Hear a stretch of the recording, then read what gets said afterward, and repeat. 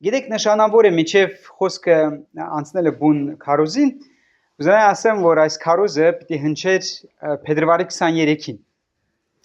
Բայց ինչպես հիշում եք, վստահ եմ, որ շատերդ հիշում եք, որ ես տեղ չհասա առավոտ այդ օրը, որովհետև ավտովթարի ենթարկվեց մեր մեքենան, ես մնացի, որպեսզի ոստիկանությանը դիմավորեմ, որպեսզի այդ հարցերով զբաղվենք եւ հետո էլ արդեն ծրագրով մեր եղբայրները քարոզեցին, հետո էլ ինձ վիրահատեցին։ Մեկ խոսքով, գիտեք, հետո մտածեցի այս շաբաթվա մեջ մտածեցի, ինչ որ Տերը թույլ է տալիս մեր կյանքի մեջ, ինչ որ Տերը թույլ է տալիս անպայման օգուտի համար է։ Ուրեմն այդ քարոզը պիտի հնչեր հիմա, այսօր, այս կիրակի, մարտի 16-ին, որովհետև Աստծո համար պատահական ոչ մի բան չի լինում։ Փառք Աստծուն։ Մեր ամբողջ կյանքը փորձություններ են։ Այս շաբաթների ընթացքում շատ ենք խոսում փորձությունների մասին, որ փորձություններից քրիստոնյան չպիտի վախենա, որովհետև փորձությունները թույլ են տրվում Աստծո կողմից անպայման բարի նպատակի համար։ Եթե դու վերածնված մարդ ես եւ կյանքիդ մեջ փորձություններ կան, նախ այդ փորձություններին մենք չենք դիմավորում խոճապի մատնվելով, այսինքն գլուխներս չենք կորցնում, մենք աշխարհային չենք, Սուրբ Գիրքը կասի, որ մենք այս աշխարհից չենք, ասում են, բա որտեղից եք, որ այս աշխարհից չենք, այն աշխարհից ենք, Աստծո թագավորությունից ենք, այն պահին, որ Սուրբ Հոգին այցելեց մեր սիրտը, մեր սրտերը, մենք վերածնվեցինք, այլևս մենք չենք պատկանում այս աշխարհին, եւ այս աշխարհի արժեքները, այս աշխարհի սովորությունները, այս աշխարհի անգամ պահվածքը փորձությունների ժամանակ մերը չեն։ Շատ տեղեր կան սիրելիներ, համեցեք որտեղ կուզեք, աջ, ձախ, տարբեր տեղեր, լիքը տեղեր կան։ Նստեք, տեղավորվեք։ Եվ գիտեք, Տիրոջ թույլ տված փորձություններն էլ քաղցր են։ Այս թեմայի մասին շատ մտածեցի, Տիրոջ տված փորձությունը դա իր ողորմությունն է։ Տիրոջ թույլ տված, ոչ թե տված, որտեղ Տերը չի փորձում։ Սատանան է փորձում, Տերը թույլ է տալիս։ Բայց եթե Տերը թույլ չտա, Սատանան երբեք չի կարող մեզ մոտենալ կամ ինչ որ մի բան անել մեր կյանքի մեջ։ Բայց գիտեք, ամեն մի փորձությունը Տիրոջ ողորմությունն է ցույց տալի։ Եթե մենք հիշենք Մորեմից վերադառնալուց մեր խումբը շոշափելի ձևով մենք տեսանք թե դա ինչ էր, այսինքն ես կարող էի հիմա այստեղ կանգնած չլինեի ձեր առջև։ 23-ին ամսի Տիրոջ ողորմությունն էր, սելներ, որովհետև գիտեք, փորձությունը անպայման նպատակ ունի։ Չէ, ովքեր դահլիճում չեն ասեմ, որ ուզում էի ինչի համար չեմ քարոզում, հիմա քարոզից առաջ այս պատմությունն եմ պատմում, որովհետև այս քարոզը պիտի հնչեր փետրվարի 23-ին, որ առավոտ ավտովթարի ենթարկվեցինք, եւ խոսում եմ հենց դրա համար, որ Աստծո համար ուշ չի երբեք ժամանակը այս падգամի, այսօր է, վստահ եմ դրա մեջ, որովհետև համոզվեցի այս շաբաթվա մեջ ավելի եւ ավելի։ Փորձությունները օգնում են մեզ, չնայած որ մեկը, որքան էլ այո Աստծո մարդիկ ենք, մեկը մարդ ենք, Աստծո մարդ ենք, բայց մարդ ենք, տխրվում ենք, տրտմում ենք, ինչու ներեն գալիս մեր կյանքի մեջ, ինչու պիտի լիներ, բայց փորձությունները մեզ օգնում են Աստծուն ավելի մոտենանք, փորձությունները մեզ օգնում են, որ մենք հավատքի մեջ ավելի աճենք, հավատքից հավատք բարձրանանք, փորձություններով վերջը Աստված խոսում է մեզ հետ։ Ես 23-ից հետո աղոթեցի Տիրոջ, ասի Տեր, խնդրում եմ այս գիշեր պիտի լիներ մի քանի ժամից, այս գիշեր ինձի ցույց տուր թե ինչն էր պատճառը, խոսա ինձ հետ։ Չգիտեմ թե ինչու ասեցի գիշեր, երևի մտածեցի, որ երազով ցույց կտա Աստված դեսիլքով կամ ինչպես երևի դրա համար, բայց Սուրբ Հոգին իր մեղմ ձայնով գիշերվա կես, չգիտեմ 3-ն էր ժամը, 2-ն էր, 4-ն էր, չգիտեմ, հետս խոսեց։ Մեկ տողը ինձ համար բավական էր։ Եվ ես նորից համոզվեցի Տիրոջ ողորմության մեջ։ Տերը ողորմ է, Սուրբ Գիրքը կասի բազում ողորմ է։ Նրա ողորմությունը շատ է, այնքան շատ, որ Տիրոջ խոսքը կասի, որ ամեն առավոտ Աստծո ողորմությունը կնորոգվի մեզ համար։ Առավոտը կելնես Տերը Տիրոջ ողորմությունը կնորոգվի։ Փառք Աստծուն դրա համար։ Կարող ենք փառք տալ Աստծուն։ Փառք Աստծուն։ Եվ նայեք, այս քարոզը եկեղեցին Տիրոջ աչքերով։ Շնորհակալ եմ, Վիգեն ջան, ես եմ մոռացել, որ պրեզենտացիա ունենք։ Տիրոջ աչքերով։ Այսօր մենք խոսելու ենք կարևոր թեմայի շուրջ։ Գիտեք, յուրաքանչյուր տեղական եկեղեցու հասցեին մի անգամ չի որ այսպիսի արտահայտություններ ես լսում մարդկանց կողմից։ Ինձ այս եկեղեցին դուրս չի գալի, իմ դուրս չի գալ այս եկեղեցին։ Ես չեմ սիրում այս եկեղեցին։ Կամա թե ակամա իմ մոտ օրինակի համար երբ որ այսպիսի բաներ են ասում, առաջանում է հարց. ինչի ես գալիս այս եկեղեցին, եթե դու չես սիրում այս եկեղեցին կամ այս եկեղեցու ժողովրդին։ Ես չեմ գնա այդ եկեղեցին, ասում են նաև այսպիսի այդ արտահայտություն եւ այսպես շարունակ արտահայտություններ յուրաքանչյուր տեղական եկեղեցու վերաբերյալ։ Այսպիսի ֆրազաներով մարդիկ իրանց վերաբերմունքն են արտահայտում կոնկրետ տվյալ եկեղեցու հասեին կամ այդ տվյալ եկեղեցու ժողովրդի հասեին, որոնց հետ ըստ էության չէին ուզենա ինչ որ մի գործ ունենալ։ Բայց եկեղեցին, որի մասին մենք կարդում ենք Սուրբ Գրքի Նոր Կտակարանի թերթերի վրա, այս արտահայտությունները, այս հասկացողությունների հետ որևէ մի կապ չունի ընդհանրապես։ Ընդհակառակը, գրված է, որ Քրիստոս սիրեց իր եկեղեցին եւ տվեց իր անձը, իր կյանքը եկեղեցու համար։ Տերը մաքրում է իր եկեղեցին։ Եփեսացիների 5-րդ գլխի 27-րդ համարի մեջ կարդում ենք, որպեսզի եկեղեցին իր առաջ փառավոր կանգնեցնի, որպեսզի որևէ արատ կամ բիծ կամ որևէ նման բան չունենա, որ սուրբ ու անարատ լինի։ Տիրոջ նայվածքը դեպի եկեղեցի, ուսումնասիրելով Սուրբ Գիրքը դա մենք լավ տեսնում ենք, եւ մարդկանց նայվածքը դեպի եկեղեցի լիովին տարբեր են։ Մարդիկ այսօրվա 21-րդ դարվա յուրաքանչյուր տեղական եկեղեցու հազարավոր որ կան աշխարհում պատրեբիցիլսկի է, գիտեք։ Այն ինչպես են մարդիկ մտնում են սուպերմարկետ, ամեն ինչ պիտի լինի թարմ, ժամկետը անցած չպիտի լինի, անպայման պիտի լավ մատուցում լինի, обслуживание պիտի լինի ամենաբարձր որակի վրա, Աստված հեռու տանի, որ մի բան այն չլինի։ 21-րդ դարվա մարդը այս մտածելակերպի մարդ է։ Все мне, любимому, идеально, чтобы все было. Եվ նույն մտածելակերպով մենք գալիս ենք եկեղեցի։ Տերը իր եկեղեցին կոչում է սուրբ եւ փառավոր։ Մատթեոս ավետարանի 16-րդ գլխի 18-րդ համարի մեջ գրված է եկեղեցու մասին հետեւյալը, որ Քրիստոս հիմնեց վեմի վրա, կառուցեց, կասե իմ եկեղեցին կկառուցեմ եւ դժողքի դռները նրան չեն կարողանա հաղթել։ Եթե ուսումնասիրեք եկեղեցու պատմությունը, այս 20 դարերի պատմությունները, կտեսնենք, որ եղել են պահեր, որ եկեղեցին ուղղակի ուզել են արմատախիլ անեն, ոչնչացնեն։ Տարբեր կայսրեր, տարբեր պետություններ, տարբեր սիստեմաներ միջև այսօր կան այդպիսի ցանկացողներ։ Ցանկացողներ շատ են եղել, բայց չի ստացվել,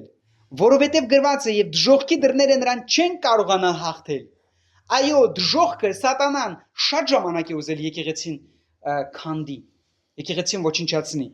но ничего не получилось, ոչ մի բան չի ստացել։ Այսօրվա պատգամը ունի հետեւյալ նպատակը, եղբայրներ քույրեր։ Ստուգենք մեր վերաբերմունքը եկեղեցու նկատմամբ։ Ես կուզենայի, որ մեր նայվածքը եկեղեցու նկատմամբ փոխվեր այսօր։ Ինչպիսի վերաբերմունք ունենք մենք եկեղեցուն, դա ցույց է տալիս, թե ինչպիսի վերաբերմունք հարաբերություն ունենք մենք Տիրոջ հետ։ Որովհետև, ինչպես մենք այսօր պարզ կտեսնենք, եկեղեցին իմս չի, հովիվինը չի։ Եկեղեցին քարոզիչներին չի։ Հովիվն ու քարոզիչները այսօր այս մարդիկ են։ Վաղը 10 տարուց 20 տարուց կլինեն լրիվ ուրիշ մարդիկ, լրիվ ուրիշ սերունդ։ Եկեղեցին պատկանում է Քրիստոսին։ Եվ իմ եւ քո նայվածքը եկեղեցուն ուղիղ կապված է, թե ինչպիսի հարաբերություն ունենք մենք Աստծո հետ։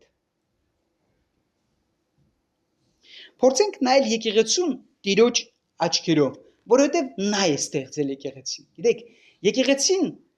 որքան էլ իր մեջ կազմակերպչական միջոցառումներ ունենա, ինքը կազմակերպություն չի, որ կազմակերպություններ օրինակի համար շատ կան ստեղծված, չէ, գրանցված եւ այլն։ Եկեղեցին ստեղծված է, կազմակերպված չի։ Չնայած որ նորից եմ կրկնում, շատ բաներ կազմակերպում է եկեղեցին, բայց ինքը կազմակերպություն չի։ Սուրբ Գիրքը մեզ ցույց է տալիս, որ ինքը օրգանիզմ է։ Ընդհանրապես Քրիստոս շատ է սիրում եկեղեցուն։ Քրիստոսի սերը եկեղեցու նկատմամբ անսահման է։ Մենք հայկական որ կասենք չափից դուրս, խելքից դուրս սիրումը այդի Քրիստոսի սերն է եկեղեցու նկատմամբ։ Մենք դեռ չենք սիրում եկեղեցին, ներողություն Քրիստոսին, երբ որ ինքը արդեն սիրում էր եւ պատրաստ էր մեռնելու եկեղեցու համար։ Գործք առաքելոցի մեջ Պողոս առաքյալի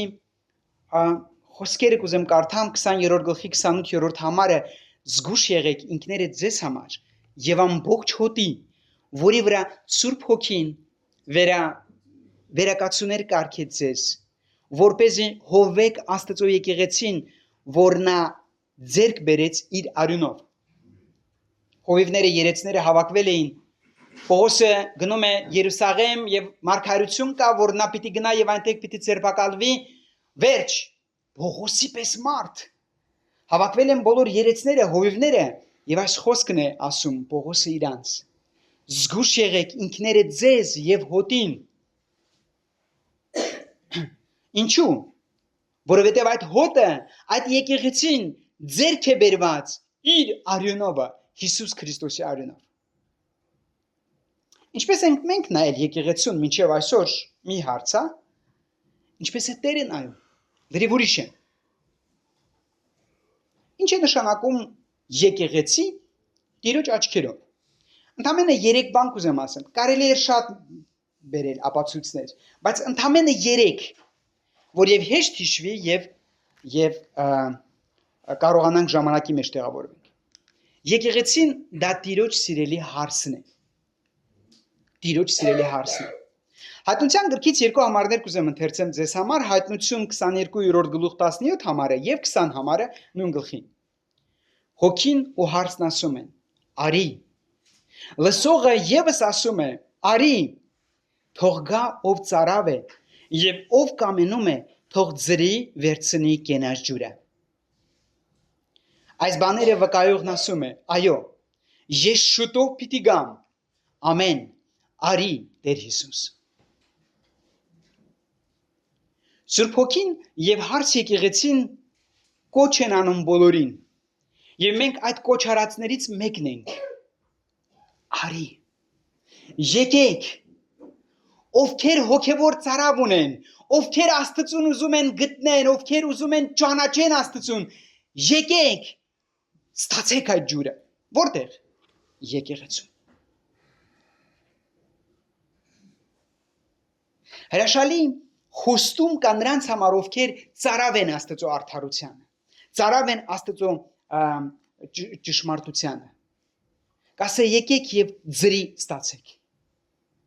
Այսօրվա նորից մարդու մտածելակերպով ոչ մի բան ձրի չկա, չէ՞։ Բայց Տերը, նայեք, ունիկալ է սա։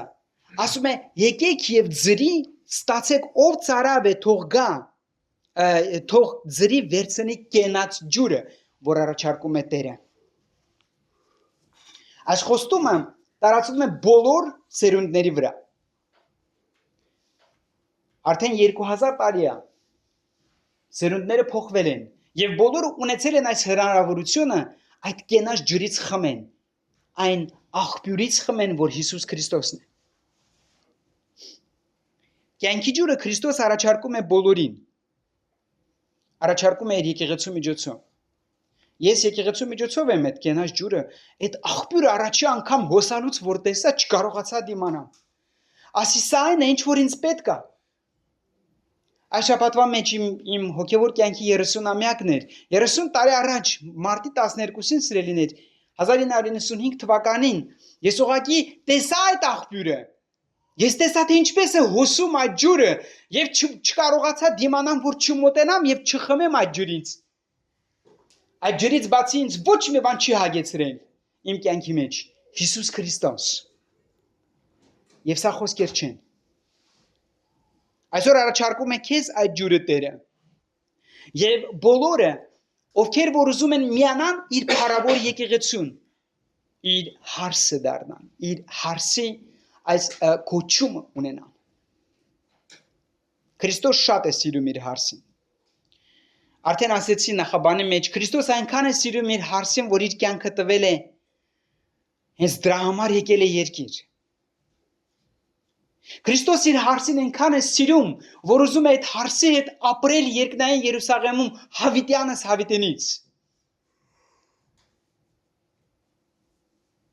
Այսպեսի սեր չունի ոչ մի մեկը, ոչ մի մարդ։ Ոչ մի մարդ Արարատ չի ունեցել եւ չի կարող ունենալ։ Աստված մարդանա, մարդու, այսպես ասենք լավ իմաստով մակարդակին իջնի, որպեսզի մարդկանցից կազմի մի հարս, որի հետ ուզենա հավիտենականություն ապրի, մեծ սիրտ ունեցող անձնավորություն պիտի լինի։ Մեր հասկացողության մեջ չտեղավորվող անձնավորություն պիտի լինի։ Անձը զոհաբերող անձնավորություն պիտի լինի։ Ոչ էգոիստական անձնավորություն պիտի լինի։ Պիտի լինի մեկը, որ շատ ցանկանում է մարդուն, մարդու հետ ապրել է ուզում, ցանկություն ունի ապրելու։ Հարց եկեղեցին այսօր սպասում է Փեսային։ Ըստ էության եկեղեցին ուրիշ բանով չպիտի զբաղվի, պիտի դրանով զբաղվի։ Հարց եկեղեցին չի սպասում է Տիրոջը, անհամբեր է սպասում Տիրոջը։ Ինչպես հարսնացուն անհամբեր սպասում է իր հարսանիքի օրվանը, որպեսզի վերջապես իր փեսացուի հետ միանա եւ ապրի, այդպես եկեղեցին մեծ ուրախությամբ սպասում է այն օրվանը, երբ որ վերջապես հարսը Փեսային եկեղեցին Քրիստոսին կմիանա եւ այլևս չի բաժանվի հավիտյանս հավիտենից։ Այսպեսի ակնածանքով է սպասում, գիտեք, սրտի թրթրանքով է սպասում եկեղեցին Փեսային։ 10 կուսերի առակի մեջ շատ լավ ցույց է տված, թե ինչպես է հարսը սպասում Փեսային։ Իմաստուն կուսերը պատրաստ են դիմավորելու Փեսային։ Նրանք պատրաստ են դիմավորելու յուրաքանչյուր ժամանակ, առավոտը, ցերեկը, գիշերը, առավոտ շատ կանող, գիշերվա կեսին, յուրաքանչյուր վարքյան, յուրաքանչյուր րոպե։ Հարս եկեղեցին, այսինքն իմաստուն կուսերը ժամանակ չունեն, ինչ որ չարախոսություն անեն սրա նրա մասին, ինչ որ բամբասանքներով զբաղվեն։ Ես իմ մոտ նշել եմ, ներեգություն եմ խնդրում նախորոք, բայց պիտի ասեմ։ Հարս եկեղեցին ժամանակ չունի էժան բաներով զբաղվելու, որովհետև նա սպասում է Փեսային մեծատարով։ Նա ուրիշ բանով ինչպես պիտի, նա պիտի ամեն օր զբաղվի նրանով, որ իր լապտերները պիտի լցնի յուղով։ Նրան հետաքրքրում է Սուրբ Հոգու լեցունությունը, նրան հետաքրքրում է արթուն լինելը, նրան հետաքրքրում է իր փոխհարաբերությունը Փեսայի հետ։ Նա շատ լուրջ է զբաղվում իր հոգևոր զարգացումով եւ աճումով։ Ես լսում եմ, շատ հետաքրքրվում եմ, անգամ եթե չեմ էլ խոսում, ես գիտեմ, ովքեր են լուրջ զբաղվում իրանց հոգևոր վիճակով, եղբայրներից, քույրերից։ Կան ունենք եղբայրներ, քույրեր, որոնք շատ լուրջ են վերաբերվում, եւ Աստված օրհնեց այս սիրելիներ։ Բայց եւ կան եղբայրներ, քույրեր, որոնք բնավ չեն զբաղվում իրանց հոգևոր վիճակով, ընդհանրապես չեն զբաղվում իրանց հոգևոր վիճակով։ Ես չեմ կարող երաշխավորել, որ Քրիստոս կգա հետևից, եթե դու չես զբաղվում քո հոգևոր վիճակով, որտեղ Քրիստոս չի գալու անհատների հետևից, Քրիստոս գալու է հարս եկեղեցու հետևից, նրանց հետևից, ովքեր որ լապտերները լցրել են յուղով, ովքեր պատրաստ են, արթուն են։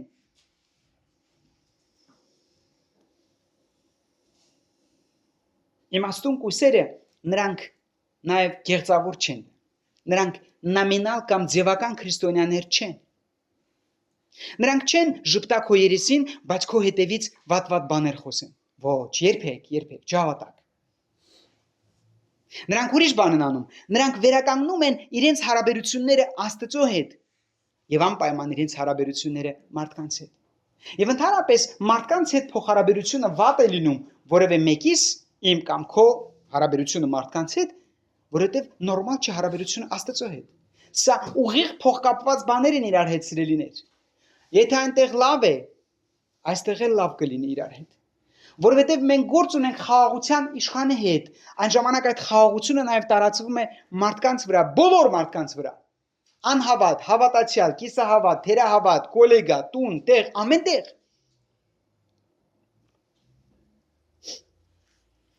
Նրանք ապրում են ոչ իրենց համար, այլ Տիրոջ համար։ Ամեն օր մեծ սպասումով սպասելու Տիրոջ փառքին, այն փողի ձայնին, որ պիտի հնչի։ Ռիշտակապետի այն փողի ձայնը, որ պիտի հնչի եւ վերջապես։ Օսարակյալ առաջի Թեսաղոնիկեցիների 4-5 գլուխների մեջ ասում է. պիտի սկզբից Քրիստոսով ննջեցյալները հարություն առնեն եւ հետո մենք, որ մնացել ենք ողջ, պիտի հափշտակվենք եւ այնտեղ գեղեցիկ շատ պատկեր է ցույց տված։ Այս երկու խմբերը իրար են միանում օդում եւ դիմավորում են Փեսային։ Ես պատկերացնում եմ, արդեն հուզվում եմ, ամեն անգամ պատկերացնում եմ եւ հուզվում եմ սիրելիներ։ Պատրաստ ես հափշտակվելու։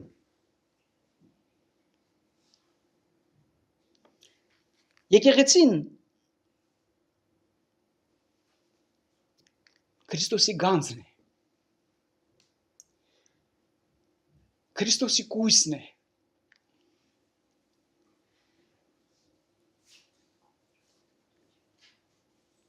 Ոչ մի բան մի ասեք, վատ մի խոսեք եկեղեցու մասին։ Հարս ունի Փեսա, որը կանգնած է ամուր իր հետևը եւ կհարվածի մեկին, որ իր հարսի մասին վատ բան խոսի։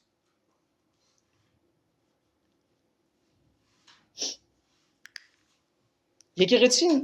Քրիստոսի աչքերով, Տիրոջ աչքերով նաև սյունը եւ հաստատությունն է ճշմարտության։ Առաջի Տիմոթեոս 3 գլուխ 14-15 համարները այս բաները գրում եմ քեզ հուսալով, որ շուտով քեզ մոտ կգամ։ Իսկ եթե ուշանամ, որպեսզի իմանաս, թե ինչպես պետք է վարվել Աստծո տան մեջ, որը կենթանի Աստծո եկեղեցին է, սյունը եւ հաստատությունը ճշմարտության։ Ինչ է դա նշանակում, եկեք փորձենք հասկանալ։ Ես փորձեցի հասկանամ, թե սյունի մասին որքան է գրված Սուրբ գրքի մեջ, ուսումնասիրելով ընդհանրապես սյուն հասկացողությունը Սուրբ գրքի մեջ, պարզվեց, որ ավելի քան 100 անգամներ սյուն բառը օգտագործվում է Աստվածաշնչի մեջ։ Շատ ժամանակ օգտագործում է ինչպես սովորական սյունի մասին, այնպես էլ ոչ սովորական սյունի մասին։ Օգտագործվում է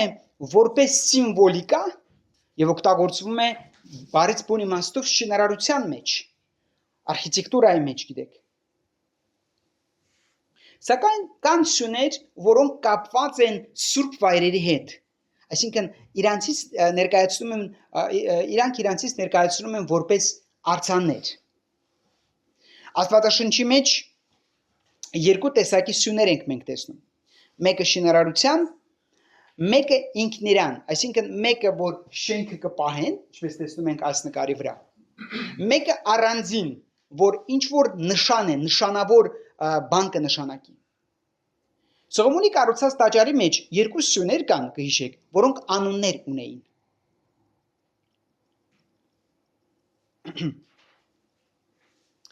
Սակայն մեկ-երկու սյուներ, որոնց մասին նաև կուզեմ խոսեմ, միջև խոսենք այն սյուների մասին, այն սյունի մասին, որի մասին խոսում է Պողոս առաքյալը։ Երկու սյուներ, որոնք ընդհանրապես գետնին չեն կպել, երկրին չեն կպել։ Մեկը ամպի սյունը, մյուսը կրակի սյունը։ որը խորհրդանշում է Աստծո փառքը եւ նրա սուրբ ներկայությունը Իսրայել ժողովրդի հետ։ Երբ որ ասեն ինչի մասին է ելից գիրքը, միանգամից պատասխանենք Աստծո ներկայության մասին, որովհետև սկզբից մինչև վերջը մենք տեսնում ենք Աստծո ներկայությունը։ Այդ գիրքը Եգիպտոսից դուրս գալու մասին չի, կամ հրաշքների մասին չի։ Այդ գիրքը Եգիպտոսից դուրս գալը եւ հրաշքները եւ այլը ցույց են տալի Աստծուն, իր ներկայությունն է, իր փառքը ամբողջ գրքի առաջի գլխից մինչև 40-րդ կարծեմ 40 գլուխ։ Այստեղ մենք տեսնում ենք նաեւ այդ սյուները Աստծո ներկայությունը ցույց է տալի Աստծո սրբությունը իր ժողովրդի մեջ։ Առաջի Տիմոթեոսի 3-րդ գլխի մեջ սյունը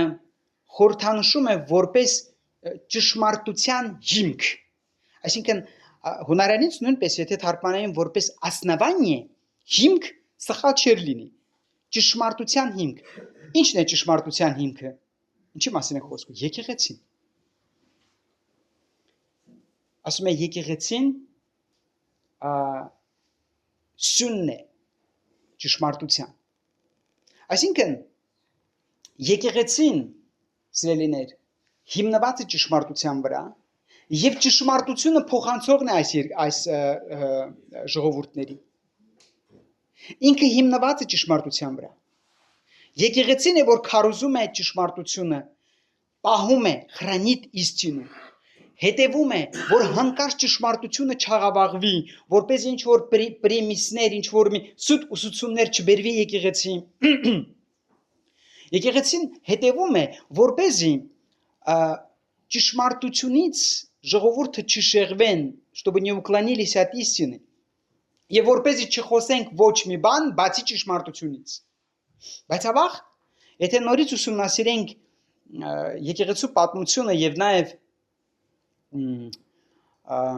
սաբորները, որոնք եղել են,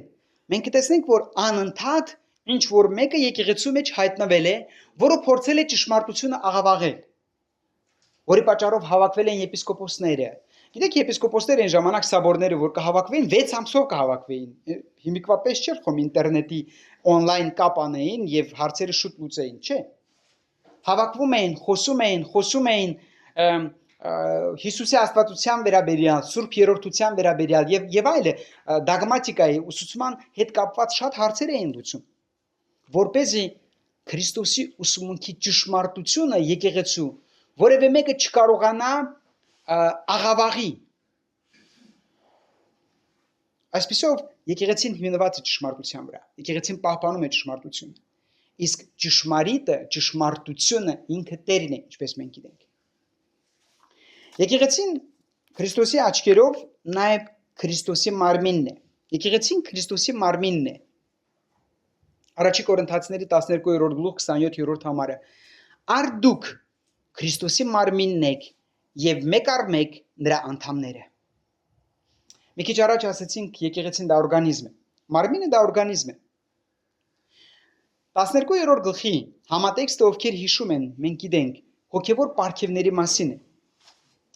Հոգևոր պարգևների կարևորության մասին է։ Գրված է, որ Սուրբ Հոգին այդ պարգևները բաժանում է եկեղեցու անդամներին վերածնված։ Որովհետև եկեղեցում լինում են որոններ, որոնք պարգևներ չեն կարող ստանալ, որովհետև իրանք վերածնված չեն։ Եվ բաժանում է, գրված է, ինչպես ինքն է կամենում։ Սա մի հետաքրքիր բան է, որ մեզ կապում է իրար հետ։ Որովհետև բոլորս ունենք տարբեր հոգևոր պարգևներ եւ նաեւ տարբեր տաղանդներ։ Եվ այս բոլորը օգտագործում ենք Տիրոջ մարմնի гармониայի համար։ Для функционирования и для гармоничного функционирования тела Христова. Սա շատ կարևոր է սիրելիներ։ Նախ հոգևոր պարգևը, որ մենք ունենք Քրիստոսի մարմնի անդամ լինելով, նախ եւ առաջ ամեն մի անդամը իր պարգևի մեջ է։ Աչքը երբեք ոտք չի կարող լինել, ճիշտ է։ Ձեռքը աչք չի կարող լինել։ Ամեն մեկը ունի իր կարևոր գործը մարմնի համար։ նույնպես եկեղեցու մեջ։ Զանազան են պարգևները, բայց այս զանազան պարգևները մեզ միացնում են, որպեսզի Քրիստոսի մարմնի մեջ շինություն լինի, հոգևոր շինություն, որտեղ հոգևոր պարգևների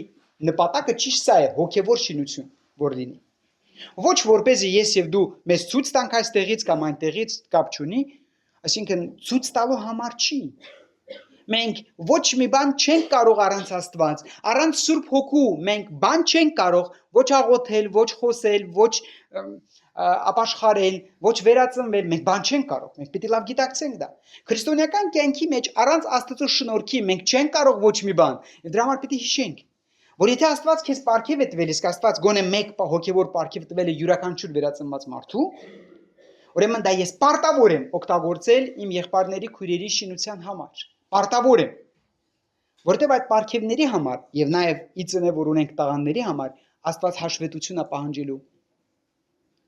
Եթե ես կդնեմ իմ տակը եւ կնստեմ եւ դա չեմ օգտագործի, որ իմ եղբայրս քույրս մեծանան հոգեորապես, Քրիստոս գալու է, գլուխը ինքն է, չէ՞։ Գլուխը ինքն է, գալու է եւ ասելու է. Ես քեզ տվել եմ ինչի համար։ Եվ մենք չենք կարող արդարանալ, եւ մենք չենք կարող ինչ որ խոսքեր ասել, չենք կարող։ Եկեղեցին սիրելիներ սիրով է կատարում այդ պարգևները Տիրոջ փառքի համար եւ խոնարհությամբ։ Եկեղեցին դա շենք չի, քարերով։ Եկեղեցին, այսինքն քարերով պատրաստված կառուցվածքը կոչվում է եկեղեցաշենք, բայց շենքը չի եկեղեցին։ Եկեղեցին դա Քրիստոսի արյունով փրկված գնված մարդիկ են, նրա ճշմարիտ հետևորդները, նրա իրական, իսկական աշակերտները, այդ թվում նաև հիմա 21-րդ դարում։ Եվ ինչով ենք իմանում, մեր տնային խմբակներում եւ Երվանդ եղբայրս շատ ասիրում սա կրկնի, ինչով ենք իմանում, որ ճշմարիտ աշակերտը թե ոչ, հնազանդվելով նրա ձայնին։ Այն աշակերտը, որ չի հնազանդվում դասատուին, լավ աշակերտ չի, ընդհանրապես։ Դպրոցում, ինստիտուտում, քոլեջում, ասպիրանտուրայում, որտեղ ուզում անի։ Չէ, դասում, չէ, ասպիրանտուրա եթե հասել է, ուրեմն հնազանդվող կլինի։ Ուրեմն մենք սիրելիներ անընդհատ հնազանդվում ենք գլխին։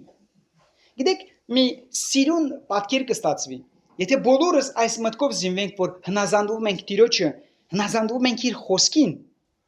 հրաշալի հեզություն ու խոնարհություն կձևավորվի եկեղեցում, որը ուզում է Տերը։ Փափագում է Տերը։ Ասեմ ձեզի ավելի սպասում է Տերը մեզանից, կանգնած սպասում է։ Երեգել մեր քույրերից մեկը վկայեց, ասում է. Տիրոջն եմ տեսել այստեղ, ես երբեք տեսած չկամ, ինձ պիտի ներեք։ Բայց ինձ դա պետք չի ուրեմն։ Ես տեսիլքներ չեմ տեսել, չեմ տեսնում, չգիտեմ։ Չունեմ ես այդպիսի պարգև։ Դա էլ եմ ես համարում եմ որպես պարգև։ Ես չունեմ այդպիսի պարգև։ Բայց Իրանի այն մարդկանց, որոնք մի անգամ չի, քանի անգամներ ուրիշ մարդիկ, որ ուրիշ տեղերից հյուր են եկել, վկայել են, ասել են, մենք տեսել ենք Հիսուսին ձեր պաշտամունքի ժամանակ կանգնած։ Հիմա կուզեմ ասեմ, Հիսուս կանգնած եւ սպասում է մեր քաղցրությանը, որպեսզի մենք, սիրելիներ, անընդհատ հնազանդվենք իրան եւ այսպիսով իրար։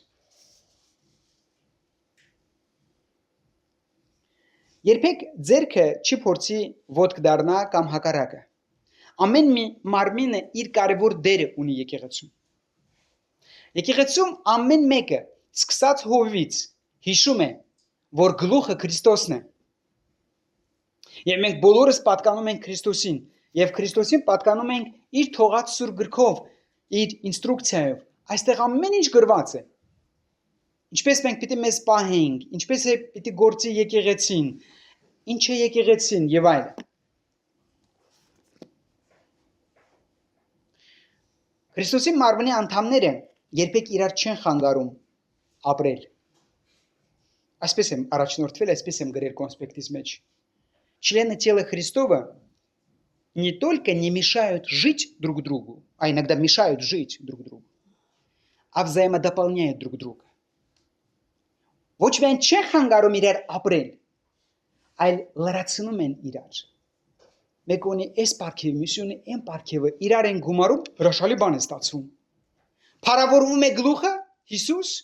շինություն երկրի վրա, փառք երկնքներում։ Ավելի գեղեցիկ բան ինչ կարելի է մտածել։ Ոչ մի բան։ Երբ որ մեկը նեղացնում է եկեղեցուն, իրականության մեջ գիտեք ում է նեղացնում։ Քրիստոսին։ Եվ այս օրինակը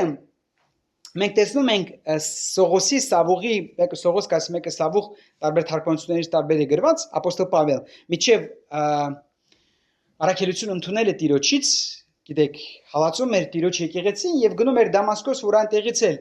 այդ ճանապարհին հետևողներին բռնի բերի Երուսաղեմ։ Այսինքն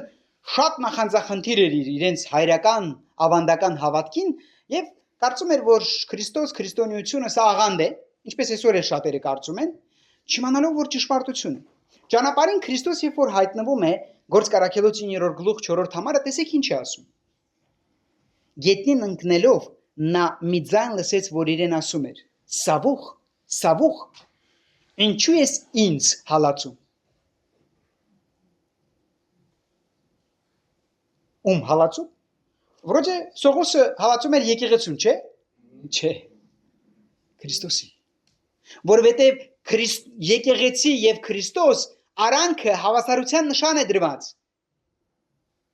Եկեղեցին, ճիշտ կհասկանաք հիմա ինչ որ կասեմ, դա Քրիստոսն է, այսինքն Քրիստոս եկեղեցու գլուխն է։ Քրիստոսի համար շատ կարևոր է ամեն մի անդամը։ Քրիստոսի եկեղեցու ամեն մի անդամին հալածողը տարիների դարերի ընթացքում շատ է եղել։ Հալածում է Քրիստոսին։ Ամեն մեկս պիտի զգուշ լինենք եւ ուշադիր լինենք, որպեսզի չվնասենք Քրիստոսի եկեղեցուն։ Որովհետեւ ինքն է Տերը եկեղեցու, Տիրակալը եկեղեցու։ Կամանցից ավարտին գալով կուզեմ, որ կիրառման բաժնի մեջ հետևյալ հարցին պատասխանենք. Ինչ եմ կարող ես այսօր քաղել այս պատգամից։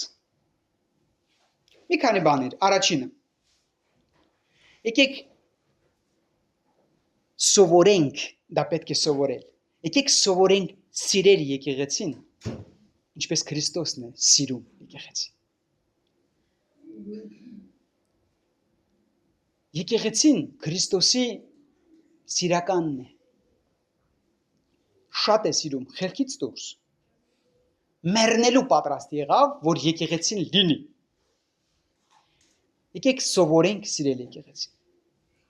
Տեսնենք դրական բաները, այլ ոչ միայն բացասական։ Ես ձեզ վատ լուր ունեմ։ Բացասական բաները եղել են, կան ու կլինեն։ Մի պարզ պատճառով եկեղեցին կազմված է մարդկանցից։ Եկեք սովորենք սիրել եկեղեցին։ Սիրել այնպես, ինչպես սիրում ենք մենք մեր ընտանիքները։ Այստեղ բոլորս ունենք ընտանիքներ եւ վստահ մենք մեր ընտանիքները սիրում ենք եւ կյանքներս կտանք ամեն մեկս մեր կանանց, երեխաների, մայրերի, հայրերի, որդիների համար։ Կտանք։ Չեմ հարցնում կտանք թե չի, կտանք։ Վստահ, ես կտամ օրինակ։ Բայց սիրենք այսպես զոհաբերական սիրով սիրելիներ։ Ինչպես Քրիստոս սիրեց իր հարսը։ Ավելին եղբայրս քույրս պետք է ասեմ, ավելին լինելով մի մասը եկեղեցու, անենք ամեն ինչ մեր պարգևների համաձայն, որպեսզի հիմա խոսում եմ ճիշտ մեր եկեղեցու մասին, մեր տեղական եկեղեցին զարգանա, ծաղկի եւ բարգավաճի։ Այսօր եղբայրս մնացականը շատ դուրս եկավ, որ ասեց Տեր իմ, կշատանանք, երբ որ այս քարոզը, հենց մենակ այս քարոզն եմ ասում, վերցնենք եւ սկսենք կիրառել, այնքան կշատանանք, որ 500 տեղանոց դահլիճ կփնտրենք եւ մի օր էլ կգա, որ կասենք, որ դա քիչ։ Բայց չենք շատանա։ Եթե մենք Քրիստոսի եկեղեցուն վնաս տանք, մենք չենք կարող շատանալ, սիրելիներ։ Դու մասն ես եկեղեցուն։ Դու ես կուզեմ եղբայրս քույրս, նաև քույրերին է վերաբերում։ Դու պոչը չես եկեղեցու, ներողություն եմ խնդրում։ Դու գլխավոր անդամ ես, դու անդամ ես գլխավոր, ты полноценный, полноправный член церкви։ Ամեն մեկս մեր պարգևով։ Դու այն կենթանի քարն ես, որի վրա վերցրել եւ Քրիստոս եկեղեցին է կառուցում։ Ես ուրիշ անգամ եմ ասել, ճիշտ է համապատասխան սեմինարներին, Առանց քեզ չի լինի եկեղեցին։ Առանց քեզ ոնց որ շենքը մի քարահանես ծակ կլինի, բաց կլինի, նույնպես եկեղեցին։ Քեզ Աստված հենց այնպես չի բերել։ Դու հոգևոր ստроительный материал ես լավ իմաստով, ես էլ նույնպես, որով Քրիստոս ուզում է իր եկեղեցին կառուցի։ Но без тебя никак, невозможно։ Ավելին, այդ քարերը բազմացնել է ուզում Աստված մեր միջոցով, այդ կենթանի քարերը։ Լինելով եկեղեցին լինելով այն անձը, այն անձնավորությունը, որը պահպանում է եւ հրճակում է Աստծո ճշմարտությունը, մշտական սելի եղբայրներ, սելի քարոզիչներ, սելի առաջնորդներ տարբեր ուղությունների ուշադիր լինենք, որպեսզի չաղավաղենք Աստծո խոսքը, քարոզենք մաքուր առանց որևէ մի մարդկային մեկնաբանության։ Լինելով նրա հարցը, չէ, հարցը ինչ կնշանակի, հարցնացուի համար ինչն է կարևորը։ Իր մաքրությունը, գույսությունը, չէ։ Այն որ սպիտակ հագուստները հագնում, հիմա դե փոխվել է, գիտեք, իրար հետ 10 տարի ապրում են, հետո հարսանիք են անում սպիտակ հագնում, այսինքն կեղծավորություն է դա։ Որտեւ այդ սպիտակը ցույց է տալի, որ ինքը մաքուր է, բայց ինքը վաղուց մաքուր չի արդեն։ Հիմա լինելով իր եկեղեցին Քրիստոսին, մաքրության եւ սրբության մեջ մեզ պահենք, սիրելիներ։ Մեր խոսակցականի մեջ, մեր նայվածքի մեջ, մեր մտածելակերպի մեջ, մանավանդ մեր գործերի մեջ, մեր իրար նկատմամբ վերաբերմունքի մեջ, մեր կյանքի մեջ վերաբերմունքի մեջ սրբություն է պահանջում Տերը։ Տերը իր ժողովրդին ասում է. «Սուրբ եղեք, որովհետև ես սուրբ եմ»։ Հետո գրված է, որ որևէ մեկը չի մտնելու երկնային Երուսաղեմը, եթե պիղծ է, անմաքուր է, չի մտնելու։ Հիշեք դրա մասին։ Հիսուս Քրիստոսի արյունը այսօր իզորու է ինձ եւ քեզ մաքրելու։ Այսօր թույլ տուր միտքդ մաքրի, սիրտդ մաքրի, խոսքերդ մաքրի։ Բա դու մասն ես եկեղեցու, դու չես կարող գնալ ինչ ուզում ես անես, ասես, հետո գաս եկեղեցի ասես, ես մասն եմ եկեղեցու։ Դու Աստծո գործը բլոկիրովկա անողն ես եկեղեցու, ոչ թե մասն ես եկեղեցու։ Ինչու համար է պետք սրբության ճանապարհի վրա հաստատվել։ Որովհետև եկեղեցին հարսը գնում է կատարելության։ Եվ դրա մասին պիտի հիշենք։ Հաջորդ բանը կիրառման, երբեք մի քննադատեք եկեղեցին։ Վատ մի խոսեք եկեղեցու մասին։ Ամենայն վրճությամբ եմ ասում։ Մենք խոսում ենք, որտեղ չգիտենք եկեղեցին ումն է, ինչ է իրանից ներկայացնում, որ Սուրբ Հոգին է տիրում եկեղեցում, այսինքն գիտեք, որ եկեղեցին շատ լուրջ բան է ընդհանրապես։ Երբ որ մենք քննադատում ենք եկեղեցու մասին կամ այսպիսի բաներ, մենք վնասում ենք նրա մարմնին եւ հետեւաբար գլխին Հիսուս Քրիստոսին։ Հաջորդը միշտ ձգտենք անել այն, ինչ որ բերում է շինություն եկեղեցուն։ Օգնելով իրար հոգևոր աճել, զերծ պահելով իրար սխալներից եւ մեղքերից։ Բայց եթե տեսնում ես եղբոր քրոջ մեջ ինչ որ մի սխալ բան, մեղք, պետք է հարցակվել վրեն։ Պետք է աղոթել նախ։ Եվ հետո մոտենալ եւ սիրով ասել, սիրով հանդիմանել։ Միևնույնն է, սերն է հաղթում։ Մեր չոր ու կոպիտ հայկական տարբերակը չի անցնում եկեղեցում։ Ինքը եկեղեցական մոդել չի, չոր ու կոպիտ մեր տարբերակը աշխարհային, դա աշխարհային է։ Միևնույնն է, սերն է հաղթում։ Ուրեմն երբեք չքննադատենք եկեղեցին, վատ չխոսենք, որ չվնասենք Տիրոջ մարմնին։ Հետո էլ, երբ որ դա անում ենք, հիշեք, որ ամբողջ դժոխքը ծափահարում է։ Այսպես շատ լավ է, այսպես խառնաշփոթ վիճակի մեջ խառնվեք իրարից բան բասեք, իրարից վատ խոսեք։